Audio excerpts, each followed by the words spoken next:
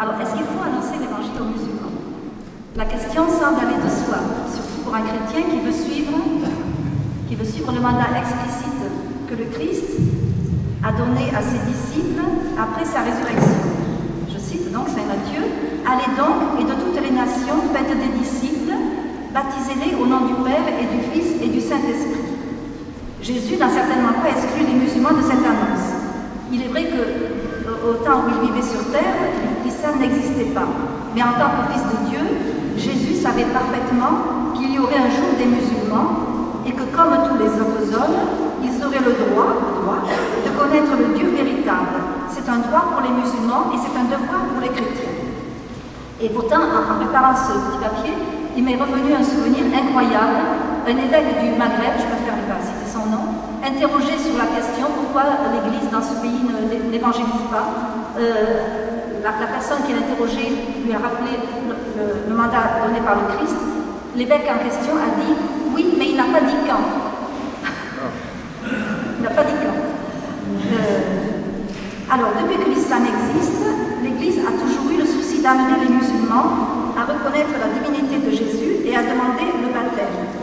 Des missionnaires se sont dévoués à cette tâche. On parle souvent de Saint François d'Assise comme le père du dialogue interreligieux, mais lorsque Saint François, pendant la croisade, est allé rencontrer le sultan d'Égypte, il avait en tête de lui annoncer son Jésus bien-aimé. Ce n'était pas simplement un dialogue comme ça, de simple convenance. Jamais oublié ça. Après, on a manipulé beaucoup cette rencontre. Et puis, il ne faut pas oublier tous les missionnaires qui ont donné leur vie pour la cause de la conversion des musulmans, de nombreux martyrs en Afrique et en Asie. En outre, on ne peut pas ne pas mentionner les difficultés énormes qu'il y a à évangéliser les musulmans. Je pense que ça pourra être évoqué dans l'une ou l'autre des tables rondes. Mais pourtant, depuis le Concile Vatican II, depuis après le Concile, le dialogue interreligieux, pour beaucoup de catholiques, semble avoir remplacé la mission évangélisatrice. C'est pourquoi, après le Concile, vous allez le voir, le magistère pontifical a dû rappeler l'impératif missionnaire et l'adhésion à Jésus-Christ comme unique voie de salut. Donc, ça, c'était mon introduction. Alors, j'ai deux petites parties. D'abord, qu'est-ce que le Concile Vatican II enseigne exactement sur la mission de l'Église? Et ensuite, le magistère post-Vatican II. Donc, Vatican II et la mission de l'Église. Il y a plusieurs textes qui évoquent cette question dans les documents du Concile, et il rappelle la nécessité de l'Évangile et du baptême pour tous les hommes. On peut citer d'abord le décret Ad Gentes, qui est dédié à la mission. Je cite un extrait. « Bien que Dieu puisse, par des voies connues de lui, amener à la foi sans laquelle il est impossible de plaire à Dieu, des hommes qui, sans faute de leur part, ignorent l'Évangile, la nécessité incombe cependant à l'Église, et en même temps elle en a le droit sacré, d'évangéliser, et par conséquent son activité missionnaire garde dans son intégrité, aujourd'hui comme toujours, sa force et sa nécessité. » Le même texte, Ad Gentes, ça c'est intéressant, élargit la vocation missionnaire à tous les fidèles, y compris aux laïcs. On n'est plus simplement missionnaire par vocation, par engagement spécifique. Tout baptisé est amené à annoncer le Christ autour de lui. Ensuite, deuxième document, la Constitution sur l'Église, Lumen Gentium, l'Église lumière des nations. Je donne un extrait. En prêchant l'Évangile, l'Église attire à la foi ceux qui l'écoutent. Elle les incite à professer cette foi. Elle les dispose au baptême, les arrache à l'esclavage de l'erreur et les incorpore au Christ, afin que par la charité, ils croissent en lui jusqu'à la plénitude. Ils sont de l'erreur, vous voyez. Le document sur la déclaration sur la liberté religieuse, si mal compris, Imitatis Humanae. L'Église a fait de cette liberté religieuse un droit civil et non pas un droit moral. Et voilà ce qu'il est dit dans ce document. En vertu de leur dignité, tous les hommes, parce qu'ils sont des personnes, c'est-à-dire doués de raison et de volonté libre, et par suite pourvus d'une responsabilité personnelle, sont pressés par leur nature même et tenus par l'obligation morale à chercher la vérité, celle tout d'abord qui concerne la religion. Ils sont tenus d'adhérer à la vérité dès qu'ils la connaissent, et à régler toute leur vie selon ses exigences. Alors bien sûr, le document dit qu'on n'a pas à exercer de contraintes pour transmettre la foi. Bien entendu, la liberté de l'homme reste entière, mais il y a ce devoir, cette obligation morale qui incombe à tout homme. Enfin, il y a la déclaration Nostra Aetate, bien connue, sur les relations de l'Église avec les religions non chrétiennes. On en a fait, comme vous le savez, la charte du dialogue interreligieux. Je dis quelques mots à ce sujet. Le contexte du concile voulait que l'Église élargisse son regard au monde entier, en dehors de ses propres frontières. Et c'était le début de la mondialisation. Et donc il était important d'ouvrir ce regard et l'attitude de l'Église. Alors je passe parce que le temps m'est compté.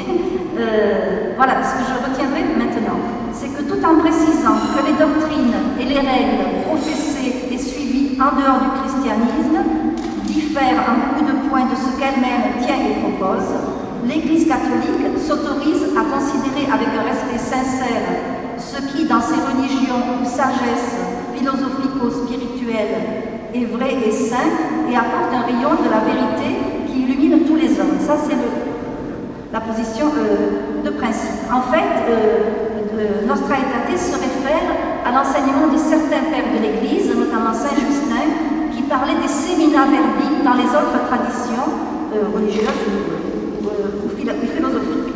On a parlé de pierre d'attente, de préparation à l'Évangile aussi. N'empêche que c'est sur ces semina verbi que nous sommes invités à nous appuyer pour porter un regard bienveillant sur ceux qui adhèrent à d'autres croyances que le christianisme et à collaborer aussi, quand c'est possible, avec eux en vue du bien de tout le genre humain. Je cite le pape Paul VI, dont je vais reparler, une très belle encyclique Ecclesiam Sua du 6 août 1964, donc qui a beaucoup influencé le concile. Paul VI dit « Il faut cultiver une disposition au dialogue, cette impulsion intérieure de charité qui tend à se traduire en un don extérieur. » Alors, juste encore un mot sur Nostra Aetate. L'Église rappelle, donc elle engage l'Église dans le dialogue, le regard de bienveillance, mais elle rappelle aussi le devoir d'annoncer sans cesse le Christ, qui est la voie, la vérité et la vie, selon une citation de Saint Jean. Le Christ dans lequel les hommes doivent trouver la plénitude de la vie religieuse et dans lequel Dieu s'est réconcilié toutes choses. Vous voyez, donc il y a de nouveau la répétition de l'annonce du Christ et de son évangile. Seulement, il y a une chose qui m'a frappée en étudiant cette déclaration, j'avoue ne pas comprendre, c'est que ce que je viens de vous dire, cette exigence, elle se trouve non pas dans le préambule général de la déclaration, mais dans le paragraphe consacré à ce qu'on appelle les religions non monothéistes, le bouddhisme, l'hindouisme, etc. Et cette exigence n'est curieusement pas reprise dans les paragraphes relatifs aux juifs et aux musulmans. Pourquoi? En ce qui concerne les musulmans, tout de même, il y a une chose à relever dans cette déclaration Nostra Aetate, c'est que c'est vrai que le document énumère des éléments qui peuvent être considérés comme proches de la doctrine chrétienne, notamment le Dieu unique, vivant, subsistant, miséricordieux, etc. Mais, et ça c'est la prudence de l'Église, elle ne mentionne ni le Coran ni Mahomet. C'est sûr que l'Église n'a pas voulu prendre le risque de paraître cautionner l'islam comme une religion biblique. Et concrètement, cette prudence s'est traduite dans la mise en œuvre du dialogue interreligieux avec les musulmans. Les papes ont créé des structures. Aujourd'hui, c'est le Conseil pontifical pour le dialogue interreligieux qui s'occupe du dialogue donc, avec les autres religions. L'islam est compris fait partie des compétences de ce Conseil. Le judaïsme, lui, est à part. Il fait partie, il relève, si vous voulez, d'une commission spéciale au sein du Conseil pontifical pour la promotion de l'unité des chrétiens. Vous voyez, l'Église montre par là la parenté qu'il y a entre judaïsme et christianisme, et l'islam fait partie de l'ensemble des religions dans le monde. Je vous ai cité l'encyclique de Paul VI, Ecclesiam Sua, qui est vraiment un très très beau document théologique. Paul VI porte un regard théologique sur sur le dialogue interreligieux. Ce qui m'a frappé, c'est que dans cette encyclique, le pape parle d'un dialogue du salut. Alors j'ai fait une petite formule à moi. L'Église ne nous demande pas un dialogue de salon, mais un dialogue de salut. Donc c'est le salut des hommes qui est engagé à travers le dialogue interreligieux. D'ailleurs, le document sur la mission Ad Gentes, que j'ai déjà cité, il rattache aussi la mission évangélisatrice à l'histoire du salut et lui donne donc une perspective eschatologique, c'est écrit très clairement. Si bien que le dialogue est un moyen au service de la mission. Il n'est pas une fin en soi, même s'il peut avoir sa propre raison d'être. Alors le pape Paul VI, dans Ecclesiam Sua, renvoie le dialogue à Dieu lui-même, le Dieu trinitaire, Dieu unique en trois personnes, qui dialogue en lui-même à travers les personnes divines, qui dialogue, depuis le début, a toujours dialogué avec l'humanité, puisque Dieu aime les hommes, à travers les prophètes, tout ça est bien transmis par la Bible. Et puis, à la plénitude des temps, Dieu a dialogué avec les hommes par l'incarnation de son Verbe, Jésus-Christ, vrai Dieu et vrai homme. Et donc, normalement, nous qui sommes les enfants de Dieu par le baptême, nous sommes invités à imiter Dieu dans cette démarche de dialogue, de rencontre, de bienveillance envers tous les hommes. Et je voudrais souligner aussi que l'histoire de l'Église, en commençant par les actes des apôtres, montre que le dialogue a toujours existé en tant que moyen privilégié au service de l'annonce de l'Évangile. Sinon, c'est un système qu'on imposerait aux personnes. Vous voyez, le cardinal Lavigerie, le fondateur des Pères Blancs, leur disait à ses missionnaires, qui étaient surtout dans les milieux musulmans, pas seulement, soyez tout à tous, voyez, tout donner à tous. Et puis, j'ai eu l'occasion, même l'honneur de préfacer un très beau livre d'un prêtre contemporain, le père Andrea Santoro, prêtre italien, envoyé comme prêtre Fidei Donum à Trebizond, en Turquie. Il est mort martyr. Pour moi, c'est l'exemple même de l'accord entre le dialogue et la mission.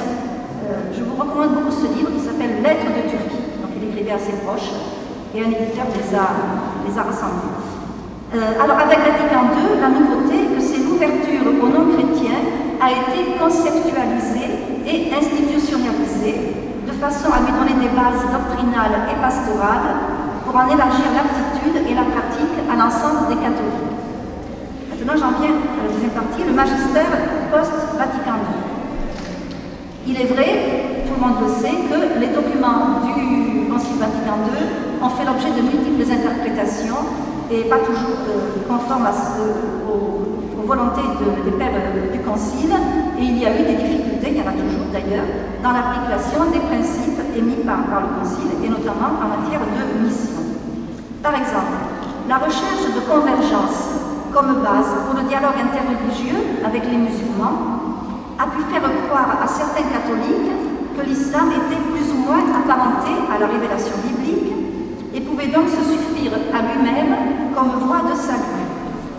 Mais à force de ne voir que les convergences et de mettre de côté les divergences, en particulier la principale, le refus coranique du salut en et par Jésus-Christ, certains catholiques en sont venus à oublier que les musulmans ont, comme tous les autres hommes, besoin du Christ rédempteur et qu'ils ont donc le droit de connaître la vérité sur Dieu. C'est un vrai manque de charité que de les priver de ce droit. Il faut souligner aussi les dangers qui sont survenus avec l'élaboration d'une certaine théologie des religions. Ça a conduit à des attitudes indifférentistes que les religions se valent ou relativistes. Et c'est ainsi que, dans certains milieux chrétiens, on en est venu à opposer le dialogue et la mission. Et on en est venu à rejeter aussi, comme vous le savez, l'idée même du prosélytisme. Alors, sur le prosélytisme, je vais dire un mot.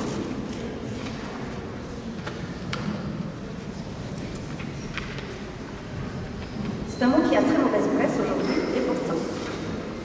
Qu'est-ce que c'est le prosélytisme?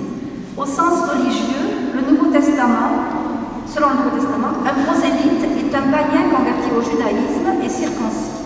On trouve ça dans Saint Matthieu et dans les Actes des Apôtres. Dans ce contexte, faire du prosélytisme, c'est annoncer aux païens la foi du Dieu unique. Mais aujourd'hui, comme je l'ai dit, le mot prosélytisme a mauvaise presse, y compris dans certains milieux catholiques, où on en fait une et où on met en garde contre ce qui est perçu comme une tentation du prosélytisme, une déviation ou même une manifestation d'intolérance. Pourtant, au premier temps de l'Église, c'est grâce aux prosélytes que la foi chrétienne s'est propagée. Saint Paul, c'est le parfait prosélyte. Malheur à moi si je n'annonçais pas l'Évangile, a-t-il dit. Alors les papes ont voulu remédier à ces déviances en publiant un certain nombre de directives dans leur camp. On trouve dans les documents post-conciliaires. Bon, j'ai presque plus de temps. Je cite simplement les documents. D'abord, l'exhortation apostolique de Paul VI, Evangelii Nunciandi, donc annoncer l'Évangile. L'Église existe pour évangéliser. Ensuite, il y a eu Redemptoris Missio du pape Jean-Paul II, la grande encyclique sur la mission. Le pape reproche à certains catholiques de prendre des alibis dans le concile pour renoncer au principe même de l'évangélisation. Il dit que la foi s'étiole si elle ne se donne pas. C'est très important. Cette encyclique, elle est animée d'un souffle apostolique extraordinaire. Et puis, donc voilà. Il faut citer enfin Dominus Jesus, la grande déclaration publiée en 2000 par le cardinal Ratzinger, à la demande du pape Jean-Paul II, de l'unicité et de l'universalité salvifique de Jésus-Christ et de l'Église. Donc le texte rappelle lui aussi l'impératif missionnaire. Personne ne doit être exclu de l'annonce. Je cite puis je conclue. La pérennité de l'annonce missionnaire de l'Église est aujourd'hui mise en péril par des théories relativistes qui entendent justifier le pluralisme religieux, non seulement de facto, mais aussi de jure, autrement dit, en droit ou par principe. Ces théories, c'est donc le cardinal Ratzinger qui écrit, ces théories s'appuient sur certains présupposés de nature philosophique ou théologique qui rendent difficile la compréhension et l'accueil de la vérité révélée. Sur la base de ces présupposés adoptés sans uniformité, comme des affirmations pour certains, comme des hypothèses pour d'autres, des propositions théologiques sont élaborées qui font perdre leur caractère de vérité absolue et d'universalité salvifique à la révélation chrétienne et au mystère de Jésus-Christ et de l'Église, ou bien y jettent au moins une ombre de doute et d'incertitude. Voilà, alors je conclue. Vous voyez qu'à travers tous c'était très rapide, je sais bien, tous ces textes du magistère qui sont très importants nous font comprendre que sans ambiguïté, dans la rencontre avec les musulmans, l'Église, où qu'elle se trouve, doit envisager l'annonce de l'Évangile, et je crois qu'il est important aujourd'hui d'entamer une réflexion approfondie sur les moyens de mener à bien cette mission évangélisatrice auprès des musulmans, parce qu'après tout, c'est là que ça pose le plus de problèmes, semble-t-il, pour une partie des catholiques. Bonne question. Pourquoi y a-t-il plus de dialogue de salon que de salut? La formule, c'est moi qui l'ai faite. Le magistère parle d'un dialogue de salut, ça a bien été rappelé, mais je constate qu'on a perdu de vue la perspective eschatologique et la mission, et on fait du dialogue une fin en soi. On dialogue pour être bien avec ses voisins. C'est important, parce que c'est par là que passe l'amitié qui peut ensuite servir à annoncer l'Évangile. Mais si on s'en tient à des relations comme ça, de salon, c'est un jeu de mots que j'ai fait, salon-salut, eh bien, on ne va pas jusqu'au bout de la mission qui nous est impartie de par notre vocation baptismale. Voilà. Alors pourquoi? C'est ce que j'ai dit tout à l'heure, l'ambiance relativiste, indifférentiste, aujourd'hui, tout ce qu'on dit, les religions se valent, chacun peut faire son salut par sa religion, etc. Voilà. Nostra Aetate n'est-il pas ambigu de parler des vérités contenues dans les autres religions? Non, les pères de l'Église, on l'a dit, certains pères de l'Église parlent des séminaires verbi. Alors, à l'époque, il n'y avait pas l'islam, bien entendu, mais on ne peut pas dire qu'il n'y a rien dans l'islam maintenant, comme ça a été très bien démontré, les mêmes mots n'ont pas le même sens. Et c'est là le problème, l'écueil qui se présente. Y a-t-il des vérités que l'islam aurait et que la religion catholique n'aurait pas? Non, c'est impossible de dire ça si on est catholique, évidemment. Dans la révélation chrétienne, il y a tous les éléments de la plénitude de la révélation, et pour les éléments pour le salut. Ça a été très bien rappelé dans la déclaration Dominus Jesus du cardinal Ratzinger. Comment concilier prosélytisme et évangélisation? Le prosélytisme étant interdit dans l'armée alors que les aumôniers militaires y sont présents avec une mission d'évangélisation. Ben oui, c'est qu'on a perdu de vue le vrai sens du mot prosélytisme, qui n'est pas l'exercice d'une pression, d'une contrainte, mais l'annonce naturelle de la foi, si on l'a. Alors, notre République laïque, évidemment, fait tout ce qu'elle peut pour empêcher l'évangélisation, bien entendu, et peut-être aussi dans le cadre de l'aumônerie militaire. Je vais compléter ce que j'ai dit tout à l'heure, c'est que ça rejaillit complètement sur ce que vient de dire le Père Souverain, c'est que si nous aimons vraiment les musulmans, nous souhaitons leur plus grand bonheur. Alors il y a le salut qui est essentiel comme perspective du dialogue, mais il y a aussi, je dirais, la vie ici-bas, le bonheur des hommes. Le christianisme nous donne toutes les clés pour être pleinement heureux. Nous parlons beaucoup de la joie de l'évangile. C'est une réalité qui devrait être vécue par nous tous, avec le rayonnement que cela implique. Donc, si nous sommes vraiment soucieux du bonheur des musulmans, nous ne pouvons qu'avoir le désir de leur transmettre l'évangile. Et la question de l'homme, elle n'est pas prise assez en considération dans nos réflexions sur les relations avec les musulmans. Alors moi je renvoie à un petit livre que j'ai publié il y a 2 ans, que vous trouverez au fond de la salle. L'islam peut-il rendre l'homme heureux? Voilà, où je pose la question du statut de l'homme dans l'islam, en comparaison avec le statut de l'homme dans le christianisme. Et vous trouverez aussi un dépliant d'une association qui s'appelle Clarifier, que j'ai fondée avec plusieurs amis. Justement, nous essayons de donner une pédagogie claire, c'est parce que c'est bien ce qui manque, la clarté, pour aider les gens à se repérer, le sens des mots, etc. Et alors nous éditons un document pédagogique, la petite feuille verte. Nous avons à peu près 22 000 destinataires. Déjà, c'est envoyé que par Internet, on ne peut pas faire autrement. Bien sûr, mais vous pouvez vous inscrire, c'est gratuit. Les dons sont toujours bienvenus, bien sûr, comme pour toute association. Mais sinon, voilà. Alors n'oublions jamais le bonheur de l'homme, y compris sur terre. L'homme musulman a le droit de connaître la plénitude de la vérité dans sa vie terrestre. Voilà, merci.